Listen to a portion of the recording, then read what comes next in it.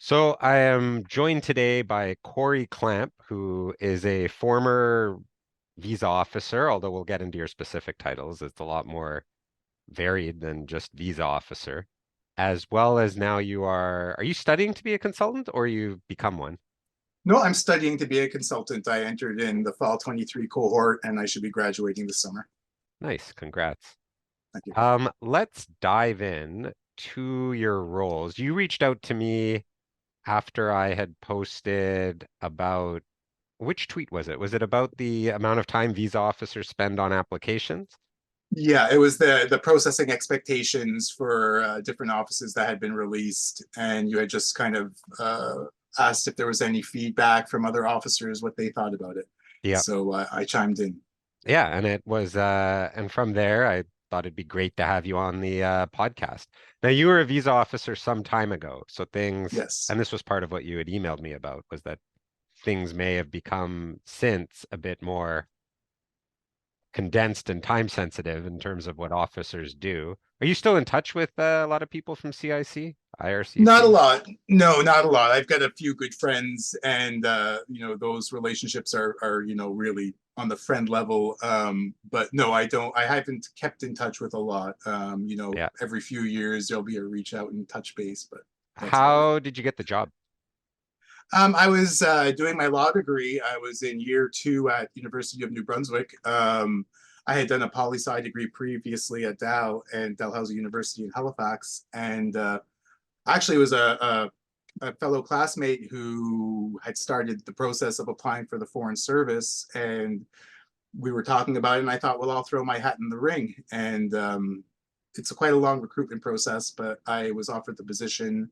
I can't remember if had completed year three or if I had graduated, but was offered the position in mid 2002. Is that the track for visa officers, or is the Foreign Service? I would have thought that that was like Department of Foreign Affairs, Global Affairs. Is that also where, at the time, maybe IRCC recruited, then So, CIC? I believe it's still the same. So there had been a hiring freeze for some time with the Foreign Service, and when I was applying, it had been, I think it was the first new hiring process that they had undertaken after a while. And so at the time, and I believe it's still the case, for officers who are going to be working overseas, global affairs or DFATE back in the day, and CIC both did the same recruitment. And what would happen, Okay. there was three streams. You had the migration stream, immigration stream, the trade stream, and the political economic stream. Do you pick at And the outset which one you want to do? you indicate what your preferences are, and Interesting. then at the end of the process you get a phone call, and it might be CIC that calls, it might be the political branch of DFATE, or it might have been the trade stream that called you up. And so it was CIC that called me, and my original intent was to go for political economic, but as I learned more about it and saw that a CIC agent would be overseas for about 2/3 of their career, I thought, wow, that was right up my Yeah. alley at the time. That's And probably so shifted. Well, maybe not if it was through the foreign. Do you know if that's how, is it still recruited? Like, are visa officers recruited for domestic branch, which is huge compared to the people overseas now, or is it completely different process. completely So right different? now, if you were to work overseas as a visa officer, you would still, and so I was just like looking this up the other day in preparation for this, but so once hired, you enter into the Foreign Service Development Program. We were one of the first groups going into that. It's a 3-year training process that all visa officers and well, foreign service officers undertake. It'll look different, obviously, depending on the stream you're in. But yeah, that's still the process now. So if you're going overseas, that is you're an FS classification. Whereas if you're in Canada as an immigration officer, and I don't know the details around the recruitment process there, but someone who is like, let's say a senior immigration officer in Canada, that would be like a PM4 classification. Whereas, once you complete the FSDP, you graduate into the FS2 classification, which is the equivalent of around, like, I think it's a PM6 or PM7 Yeah. For those who don't know, in these are Canada. all government acronyms that correspond, I guess, to pay grades, transferability to an extent between departments. My wife works for government, so I'm Yeah. familiar with the whole letter. She's in the EC category, um, which I can't Yeah. So remember like what for that even stands for. ECs, so an FS2 would be equivalent to an EC6, Oh, okay. which, yeah, if that means anything for Yeah. people. No, I know like yeah, it's so different from the private sector, like the big there's the acronym classifications and the mobility between and the different pay grades and everything. It's a very different Well, it's a stepping, union watching from the environment. outside, looking in. It's bureaucratic. We'll say that. One thing I had to say, I mean, it is bureaucratic, but and hindsight 20 is always 2020. I didn't appreciate how well run things were at the time. All I felt was the bureaucracy and the Yeah. slow speed of things, which as a young person just coming out of school, um, felt problematic to me, much more so than it should have. But given the incredible range of audiences that CIC in this case is trying to, I'm going to say, appeal to, depending on what the audience is. They have different aims and goals. Like, without that kind of bureaucracy, without that level of detail to roles and responsibilities, Yeah. I don't think they could do the work as well as they had done then.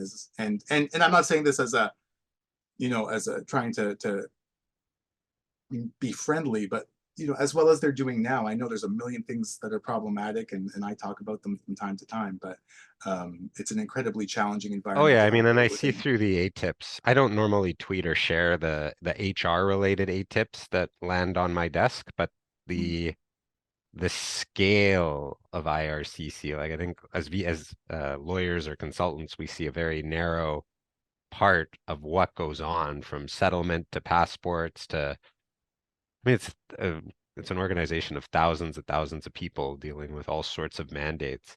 But so let's go to your first role, which was surprising to me that this would be a first role, which was litigation management analyst. So I Yep. guess kind of naively, I had thought that that's something that you would need several years of experience before you're being a litigation management analyst.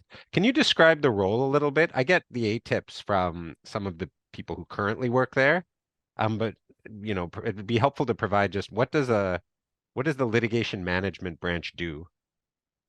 Well, so that's a big question. I was working beneath an actual. There was a lawyer that I was working beneath. Martin Mundell was his name. Um, my primary responsibility at that time was to aid in the drafting of the annual litigation case review, which is essentially just going over as much of the case law as possible that had come out Yeah, in the previous year, it's a good providing role for brief. someone who'd finished law school. Oh, it was fantastic, right up my alley. Yeah, Um, and so my responsibility in that position was really to put that together, with the guidance of Martin. And but the team as a whole were there.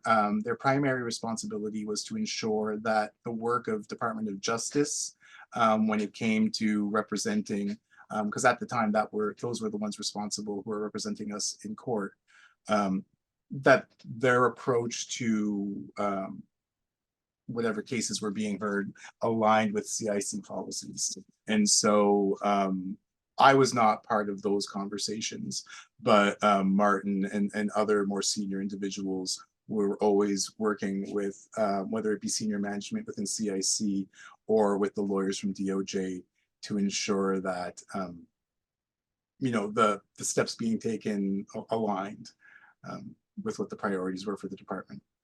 did you, and this is something that I think a lot of lawyers wonder, is when it comes to, say, settling litigation, who makes the call? Is it the litigation management branch, DOJ? That was above my pay grade. I wouldn't be able to speak to that. Yeah. Um, But so to go back to your earlier comment though about this seeming like a kind of a high level role for someone in their first position, like this isn't coming out as a brag or anything along those lines, but the I was so blown away by the caliber of the people I was working with, that were part of my cohort that were recruited. It's they're, you know, PhDs from different fields. I mean, I came from a very traditional background of political science law. That was not the bulk of people who I'd been recruited with, and my impression was that the work being done by FS officers within CIC, I'm sorry, what's was a FS? foreign service officers Okay. within, and CIC is IRCC nowadays, but the work being done by the FS officers in international region was a very different beast than what you would consider what would be a normal career path, or the work being done by immigration officers who are domestically based. They're two very different positions, In and what I'm way? oh, and I mean a variety of ways. So so the education background, the requirements to even apply for the position, it's a huge difference. Like, I don't know enough about how the work is done in Canada, and I think there's a really interesting conversation or analysis to be done there, because I was looking at a posting today for a senior immigration officer in Canada with supervisory responsibilities. That's a PM4 position. Um, and the whereas if you were to apply for the Foreign Service Development Program now, like I said, that's equivalent right now, I think, with like a PM6, I want to say, with if you graduate to the FS2 position, it's a little bit higher. But my point is simply that the work, if my understanding of how the work is done in Canada is correct, and that you have a Canadian individual sitting there with a file in front of them, reviewing the application and making a decision, yes, no, need more information, interview, um, which is essentially the work that we did overseas. Um, I'm just curious what the justification would be within the department to have such different levels of requirements for entry into those roles. Um, I mean, from what I can tell is that right now the more complicated files go overseas. And I think there's some discussion, like, do you think that as more and more files move to the domestic network, and the domestic network is the fastest growing, you know, subset of IRCC, do you yeah, think it's important that there is still a large overseas international network? I don't think you could do this job properly just within Canada. Because of I the need think to interview people, or for local, the experience that people will have abroad, familiarity with documents, risk analysis, calling people you're in overseas countries to verify employment. uh, you're hitting all sorts of nails on the head. I mean, just so I mean, the reality is, in a lot of the countries that we operate within, it's the ability to hire locally engaged staff. It costs a lot less than if you were to hire people to do equivalent work in Canada. That's Yeah. just a fact.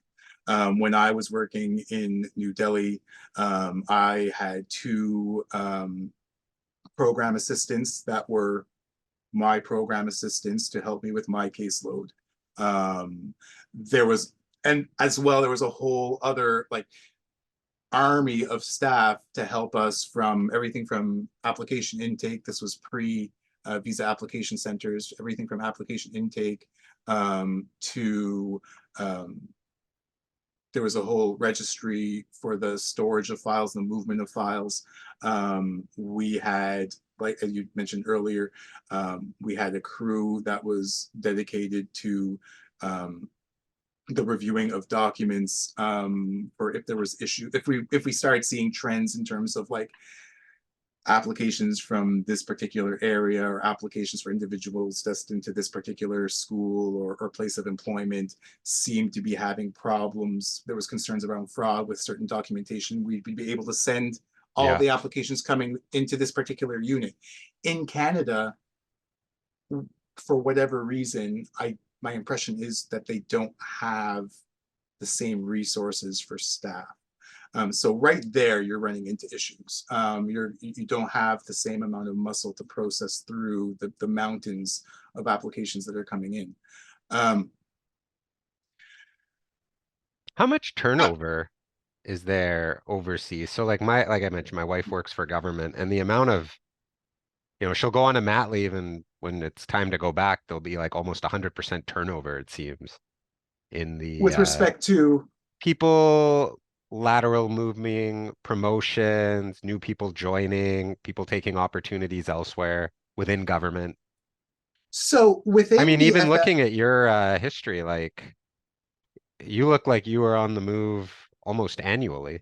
you had, so this is the way, so the way it works for a visa officer, depending on the country, you're going to be in country anywhere from 2 to 4 years. Yeah. So each mission has a hardship designation. So there's no hardship designation for, let's anywhere in Western Europe, you're going to go there. That's probably going to be a 4-year posting.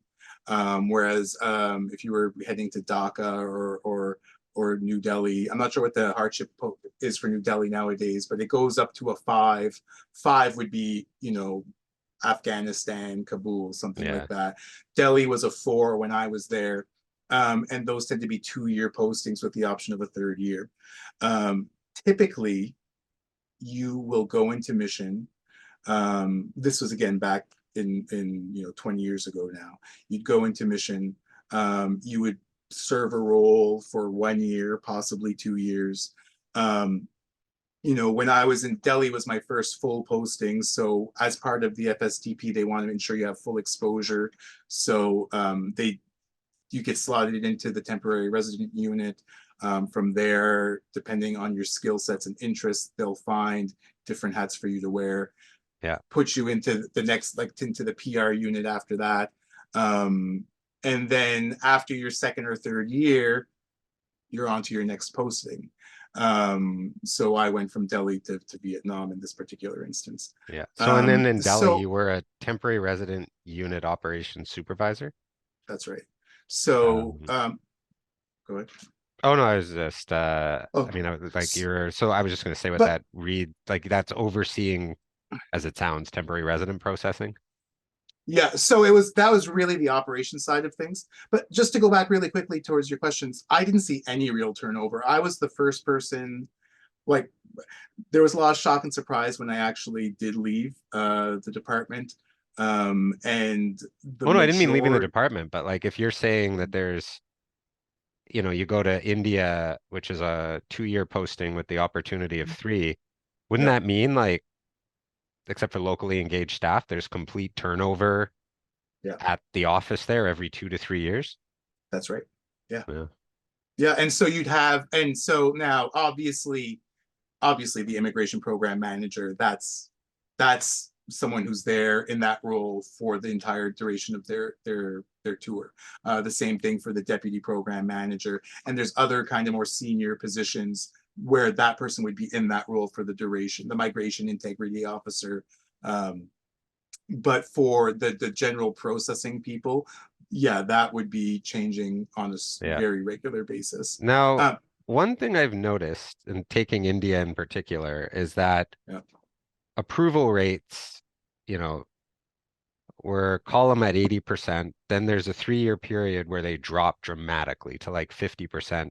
Now they're back up to where they were. Is that like, in your opinion, knowing that you're not, working there now, yeah. some people would speculate that that's a function of that advanced analytics software that's being used and a change in the rules. I'm wondering from what you're saying, could that also just be a reflection of the people coming in and out during that 2 to 3 year period? Like, to what extent do you think the the individual people play a role in overall approval rates? I think they play a big role. Yeah. I think they played. I mean, I was listening to your episode. There was one of the episodes that you had done about working from CIC to becoming a consultant. I can't remember the Oh, the that's name That's of the. Danny Willits. Yeah, yeah. Yeah, it was like episode 6, I think it was. Yeah, yeah. And Yeah. And there was a whole conversation about fettering of discretion and different things. I the reality is I do believe the officer plays a huge role. Now obviously you have management people who are watching approval refusal rates and working with officers to make sure that everyone's kind of in the same ballpark. But again, depending from the IPM down, depending on IPM is which way Immigration the Program Manager. yeah Yeah. that's sorry depending on which direction the pressure's pushing, I can certainly imagine that I'm gonna, for lack of a better word, I'm gonna say personalities could have a huge influence on approval and refusal rates. Now, having said that, there can be big trends that have huge impacts on approval or refusal rates too. If all of a sudden an agent, an in-country agent, comes across a means of making some money off of some naive applicants, and our office for a period of a month or two is inundated with just fraudulent study Yeah. permit applications. This is not a comment on the applicant, but rather on the agent who is working. If we're flooded with all of us in literally hundreds, if not thousands, I mean, but of applications that are just photocopy of photocopy of photocopy. You can line them up and they're identical applications with the names being different. I mean, that's going to have an impact on the approval or Yeah. refusal rates, right? And so, and that's not something that the mission is necessarily going to publicize, or at least at the time, that was certainly not an approach that they took. No, definitely. And so you go from temporary residence, where one of the things you did was reviewing high-profile religious worker Yeah, applications and developing culturally sensitive processing guidelines. yeah. How hard is that to go from place to place, encountering completely new cultures and figuring out how to process them within basically a Western framework? And then I think here you're talking like the role of religious workers, arranged marriages in the permanent residence context. Actually, what are some of the cultural challenges with religious workers in Delhi? So, well, I mean, just very briefly, it's not if you're coming from a gurdwara and you've got, and I should have refreshed my memory on the names for the different roles, but if you've got individuals coming from a gurdwara or a Hindu temple, these are not individuals who are going to necessarily be particularly affluent.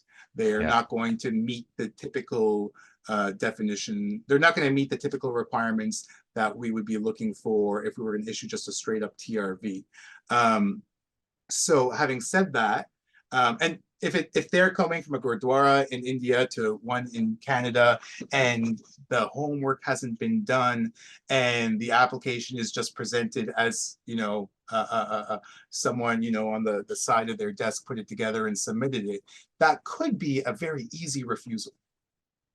And often that's what would happen. These applications would come across a visa officer's desk. They're not necessarily they haven't educated themselves on what this means, what is happening in this yeah, particular application. They see someone intending to travel to Canada. There may or may not be a letter of invitation, and when you've got a giant pile of applications waiting for processing there, if it's a straightforward easy refusal, that's what happens.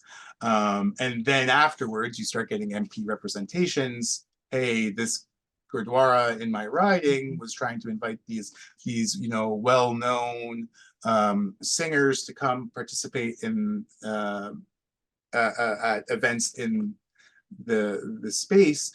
What's going on? Why were they yeah, refused? Well, it entails a whole bunch more work. Um, so it really, with respect to religious workers, the big thing was, and so kind of going to the point of creating culturally sensitive documents, it was really just creating resources for Canadian officers to make use of, so that when these came across their desks, they would know, all right, this particular Gurdwara in Mississauga has a strong history of inviting people from the Punjab to take part. This has been the results of those past experiences. This is what the profile Yeah. typically looks like for someone who's coming over. These are the things you should be looking for. When it comes to interviewing, ensuring that there is a regularly rotating list of questions that can be asked, so that people can demonstrate that they are experienced in the work that they do. Just because someone says they're a preacher doesn't necessarily mean that they are. I'm using the word preacher generally. That's not the right word, Yeah. but Yeah. you want to make sure that they have an understanding of the religion that they're working within. And you want to be able to ask those questions in a way that is sensitive to the person across the desk from you. You don't want to be coming at them and asking them nonsense questions that they shouldn't be expected to answer. And so a lot of the work that was required to get those tools together was, going out into community, finding reputable individuals whom you could speak with and get information from. And because at the end of the day, we're dealing with people all the time, and I can't quiz. This was a little bit. I mean, there was internet, but it wasn't quite the way it is now. Yeah. You had to, I'm not going to be able to quiz the book and ask questions and get kind of drilled deeper than if I'm actually going to a temple and speaking to someone who's looking to work with us and kind of make those ties between the Canadian institutions and the Indian institutions a little tighter. Yeah. Um, just skipping forward a bit, you go from Sure. India to Vietnam. Mhm. What's that like? The different, like, would you say that, I often say that each port of entry, each CBSA office Mhm. almost has its distinct personality. Is it when you go from India to Vietnam, is it the same thing? Like there's a whole new culture here in terms of how off applications are processed? Is it similar? So it was a huge difference, everything from the size of the mission, to how we processed applications. Um, I, the biggest change for me was the shift in mission size. Whereas in Delhi, there was very much a hierarchy. Um, in Vietnam, we operated out of a consulate in Ho Chi Minh City. The embassy was actually in Hanoi. Um, all the PR work was done out of, I believe it was Singapore at the time. So we were strictly dealing with Yeah, I temporary think it's still residents. similar. Yeah, and so the biggest change was in the size of the mission and the volume of applications.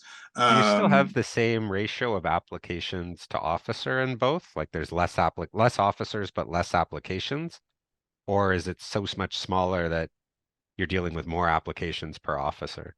Oh, you're dealing with less applications Oh, less per applic off. Oh, way less. Yeah, Yeah. there was two of us. There was myself, and there was Two. the immigration. Yeah, there was myself and the immigration program manager. That was it at the time. Yeah. Yeah. So you know, I one of the questions from that episode 6, and I can't remember exactly what how the question had been posed, but was like, one of the things that they were looking for when hiring for the immigration stream of the FS was uh, the ability for like adaptability, Yeah. and they were looking. They don't want someone. They don't need experts, because experts know a lot about, a narrow range. They really seem to look for someone who's more, I'm going to say, generalist, someone who's able to take in information and I don't want to say analyze, like just take it in and process it and then and start working. And yes, you need some depth, But it's really the ability to kind of go in there and synthesize information materials and start working with it. And much in the same way, I think, as a lawyer does, really. I mean, Yeah. lawyers, there's not every lawyer, like if you're a general practice lawyer, my understanding is you're dealing with everything from real estate to criminal to Yeah, some I don't know how they family and do it. all. I don't know how they do it. Well, When I so started that's immigration, I thought I would do immigration tax and estates, which I people who are lawyers or I think anyone would now laugh and be, what were you thinking? When you were there, so there's another consultant who mentored me a fair bit when I was starting, who also used to work for the department, who talked about how, and I don't know if there's overlap with when you were at the department, that the department was struggling because there was someone processing visas who pretty much had a no one is illegal mentality and was just very adverse to refusing applications. Um, did you meet people who were similar? Like, what was the general attitude to refusing? Like, was it hard? Did it get easier as you went no. along? For me, Yeah, um, oh, it's I often found it hard to like. So, nowadays I'm definitely more of the no one is illegal camp than I've ever yeah. been before. Um, the Were you the at the officer who was not? Not just kidding. no. So I think if you were to look for a divide, and not that that's what you're looking for, but amongst the FS, I think it really was we're looking to see if the person meets the requirements for issuance, period. Yeah, And yes, there would be times where it was hard to say no, but there were mechanisms that you could use to, if you really felt it warranted a yes, there were mechanisms you could use, whether it's a TRP or agency or whatever else. yeah, Um, and so um, saying yes, I found problematic in the law. Like the living caregiver program at the time, we had young women. So going back to India for a second, we would have young women coming out of villages in the Punjab who had taken, I can't remember how long the program had to, the course had to be, but a relatively short course on learning how to be a living caregiver, which was essentially a course on how to pass the living caregiver interview. yeah, And if they had their grade 12 and they had their course and they had sufficient English and the job offer, and I think the NLMIA was required at the time, we had to say yes. We didn't yeah. That's a have, tough one. oh, and I mean, that whole piece was one big reason why I ended up leaving the department. Myself and a colleague had approached, we were both still in the FSDP at the time, the Foreign Service Development Program, and we, had approached more senior individuals, asking if there was the possibility of creating a multi-language pamphlet that could be inserted in the passport, that would have a list of resources and a breakdown of their rights when they're in Canada. Um, and I mean, it wasn't said as bluntly as this, but essentially we were told that's not our prerogative. That is the responsibility of the province and others. Hmm. No, we can't do that. Yeah, I hadn't thought And really that the yeses would be as hard. Have you ever read there's a I don't even know what her title would be, an activist in the United States named Ayan Hirsi Ali, no, who was in her book she talks about how she was basically on a flight to Canada having gone through a forced marriage and she essentially ran off the plane, I think in the Netherlands. And I wonder, like, as as a visa officer, would it ever get back to someone that someone they approved was a victim of trafficking or not.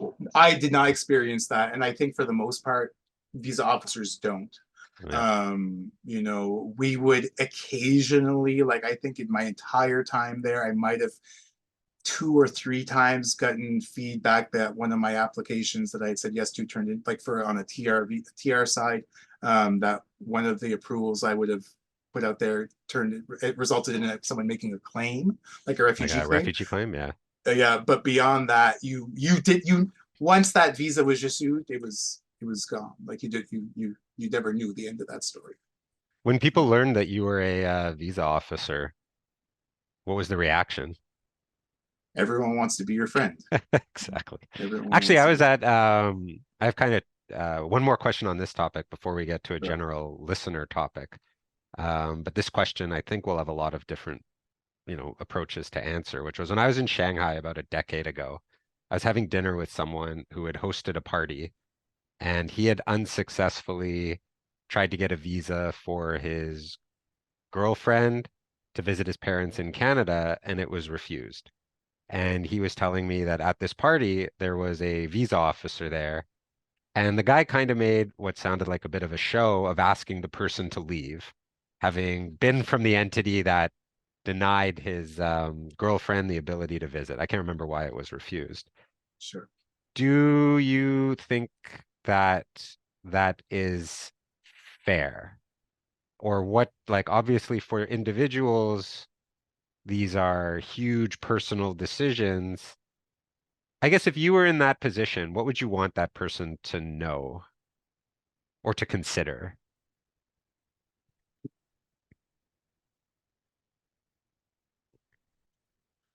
What would I want the person who had experienced the negative, And who now had hates had that? visa, and now I guess hates visa officers, right? Like, and I What think a would lot I? of people do really personalize it, right? Like when they get refused, they get really angry, not necessarily at the system or the law, but at the individual officer. Um, I think that what would I want them to know? We are limited. We are limited as to the leeway we have when we approach a file. There's a limited amount of time. There is a limited amount of information that we have access to about the background of the people. And as straightforward as something might seem yeah, to an individual, I want to go to Canada to attend my cousin's wedding because it's a great chance to see a country I've never visited before. Um, the visa officer doesn't know that that's your cousin. If you didn't tell us, we definitely don't know. yeah, We don't know that when you write down any good hotel as the place you're staying, that you've put that down because booking a hotel is no big deal for you and taking a trip internationally isn't stressing you out because you're a low key individual and can handle that. So if you know at the end of the day, we're not making a decision based on the person, we're making a decision based on the application, and it isn't personal. Where, for the most part, visa officers overseas aren't making judgment calls on the morality or the goodness or badness of the person that's being represented by this piece of paper or computer screen, I guess, nowadays, that they're looking at. They're making a decision that's based on, you know, the few short bits of the few words that they read and what the policy and legislation dictates. yeah, And it's as simple as that. yeah. We are a Um, tool. I know I had said before we started recording that there was a listener question that um, I wanted to ask, but I'm going to switch that because I got another question today actually from a journalist in response to something I had tweeted. And I think you'd be a really interesting person to answer it. So I'm going to ask a question without any warning, which have been most of the questions. But Okay, so that's fine. the context was in during COVID, there was a backlog of visa applications that grew. Mhm. And in 2023, the department enacted a public policy to essentially waive IRPR 179 requirements, which is the requirements that visa applicants show that they'll leave Canada by the end of their authorized stay, and essentially bulk approved visitor visa applications um, without, as long as people were not criminally or medically inadmissible. They even waived financial inadmissibility. And so Wow. I had tweeted yesterday that there was a memo to the minister which said that as of December 2023, about 19,600, I can't remember if that's I mean, that's a pretty precise figure, but it's close to 20,000 of people who had arrived under that public policy had claimed refugee status, and it's now closed. So And the journalist was asking what my thoughts were on the program. And I'm curious, as a former visa officer, um, what your thoughts are on a decision to bulk approve applications. Both, I guess, your thoughts as a visa officer, but now you've said you've shifted more to a no one is illegal mentality. But do you still think an approach that says we're bulk approving? Just what are your thoughts on the decision to do that? If you were still a visa officer, would you have been sitting there going, "Are you serious?" Like, what are your thoughts on it? Um, I think I think people, for the most part, are the same across the world. We want good food, we want good drink, we want our families to be healthy and happy. I think from a visa officer like processing perspective, I think that as long as the processes we had to follow were well developed and that, issues around like I'm sure there was still a certain amount of like basic security screening that had taken place, like certain profiles would get Yeah, they shifted still to did different people. security screening. They just weren't So looking at whether someone would leave Canada. I, you know, I don't view it as a negative. I don't view it as a bad thing. When I was in Delhi, the minister Volpe at the time made a sudden announcement that they were going to triple the processing, the issuance of visas for FC4 for parents and grandparents, for PR applications. So from 6,000 a year to 18,000 a year for, I can't remember if it was 2004 and five or 5 and 6. I think it was 5 and 6. And so, like, that decision was made. He made the announcement, and that's how we in Delhi learned about it, which who had one of the biggest inventories of FC4 applications to go. So you shifted gears. You developed a process to ramp up your processing, the way you're going to Yeah, process these things, and make sure that they're being done properly. Guaranteed, every family that got to have their parent or grandparent come join them in Canada was immensely thankful for that. I say every family, the most of them yeah, were immensely happy to have that happen. The grandchildren who were able to have that caretaker there with them, the parents who didn't have to now shell out for childcare, that was a huge benefit. For those families, the communities they lived in, the employers who now get to have a more relaxed yeah, employee, like we act like these immigration programs, that these targeted immigration programs that we have all over are gonna fix these single problems. The housing crisis is going to be resolved by bringing in more tradespeople, or if you know if we want to grow the population, let's grow the population. But I think that it's, at the end of the day, every person is an individual. The actions they take within Canada could be good, could be bad, could be somewhere in between. And the fact that 20,000 people from that public policy may have become refugee claimants, um, that's part of their story. They're going to yeah. continue being in Canada afterwards. And the data shows that, claimants over their lifetime are not drains on the system, that they are, there's a net zero. Like, it's not a negative or a positive necessarily if you're looking at it in terms of like the economic sense. Yeah. They We'll come see in what here. I mean, it's very early to see what the approval rate will be um, of the claims. But Fair I, enough, that's a good I see your point. point. Like, I think you're making I think a lot of the coverage of this has been sort of on was this the right approach to clear the backlog? Um,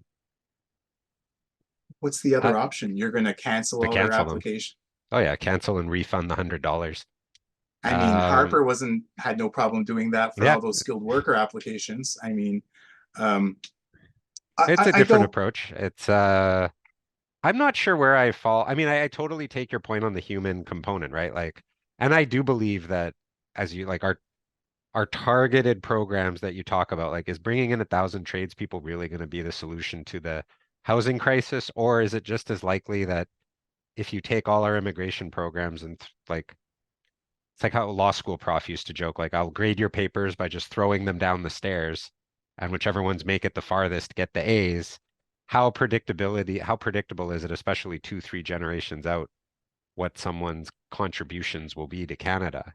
Well, let's just think of Um, buy-in for a minute. Like, what are someone's reasons for wanting to come to Canada? Or what someone's, is someone is a highly mobile, highly educated tech worker coming to Canada, like applying for PR in Canada, and looking for whatever program they can, whether it's PNPs or otherwise, is that person coming to Canada for the same reason that someone who has a brother and cousin and uncle all in Halifax, yeah. and he's going to come and settle there, and like at the end of the day, like, I think that we make assumptions. We have this belief that someone who wants to come to Canada wants to come to Canada because Canada is so great and this is where they want to be and this is where they're going to be forever.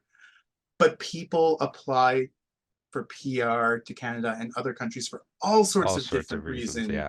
And so you know personally, you know I think if we could really ramp open the family class and just, between family class and opening up our approach to asylum seekers, there's a lot of people who want to come here for a lot of really good reasons that are like solid. And I can't help but think that it would be more beneficial to support a family in Canada by allowing them to reunite with members of their family who are away and Yeah. bringing them here and build up that family and that community, than bringing in a lot of single individuals No, who may or may it's a not good be. point. I think we're Sorry. we're at an interesting period, actually probably the most interesting period in Canadian immigration practice, because there's all sorts of like, it feels like we're living in an era now of the consequences where there's huge labor shortages, there's in some areas population shortages, and others shelters for asylum claimants at capacity, with stories of people living on the street, housing shortages. The sentiments on immigration are all over the place. The current government seems to be chasing the opinion polls and often chasing like divergent opinion polls, it seems. Yeah. Right. Um, but there is a human component to all this. And an element of, like I mentioned, like family reunification and growing that way. It's going to be an interesting time. I'd love to have you back on. Um, yeah, it's I been fun. I've enjoyed the conversation. Yeah. Thank you very much for the opportunity. Yeah, I didn't get to half the questions that I had, but I do have That's all to right. run. But yeah, I'd love Of to course. definitely stay in touch, because Feel I free to reach there's out anytime. Yeah, yeah. I'm definitely going to be. I'm going to continue following you, and I want to say thank you for just how much you share. Like I've just been really appreciative of the community of sharing that seems to exist amongst certainly the immigration lawyers, and also amongst a lot of the consultants. It's just a really nice environment to operate within, and you Yeah, I contribute a think lot to it's a that. very like it definitely seems very collegial. There are, I mean, it's like anything. There's certain actors, but for the most part, it's a very collegial bar. There's some divisions between some lawyers and consultants that I don't partake in, but I think that's even changing as well. I'm going to get some flack from some people for saying that, but I think that that's even changing as well. I, But as yeah, the no, college develops and the industry keeps maturing, I think I'm hopeful that we'll see a rapprochement between the two, the lawyers and the consultants, yeah. especially amongst the non-immigration lawyers who would benefit from having an RCIC possibly Oh yeah, support some of the them. largest firms in Vancouver, some of the largest law firms in Vancouver have consultants as their who do the bulk of the immigration work and Very maybe good. refer out. Like there's a couple firms that refer me some of the litigation or more, I don't want to say complex, but like the litigation or maybe admissibility stuff. But otherwise, like there are synergies between the two professions that complement each other very well. But Well, otherwise, yeah, take hopefully, care. thank you very much. Hopefully, I didn't sink my RCIC career by being too open here, but I really appreciate the opportunity. This was fun. Take Yeah, care. thanks. Have a great day. Bye bye. Bye.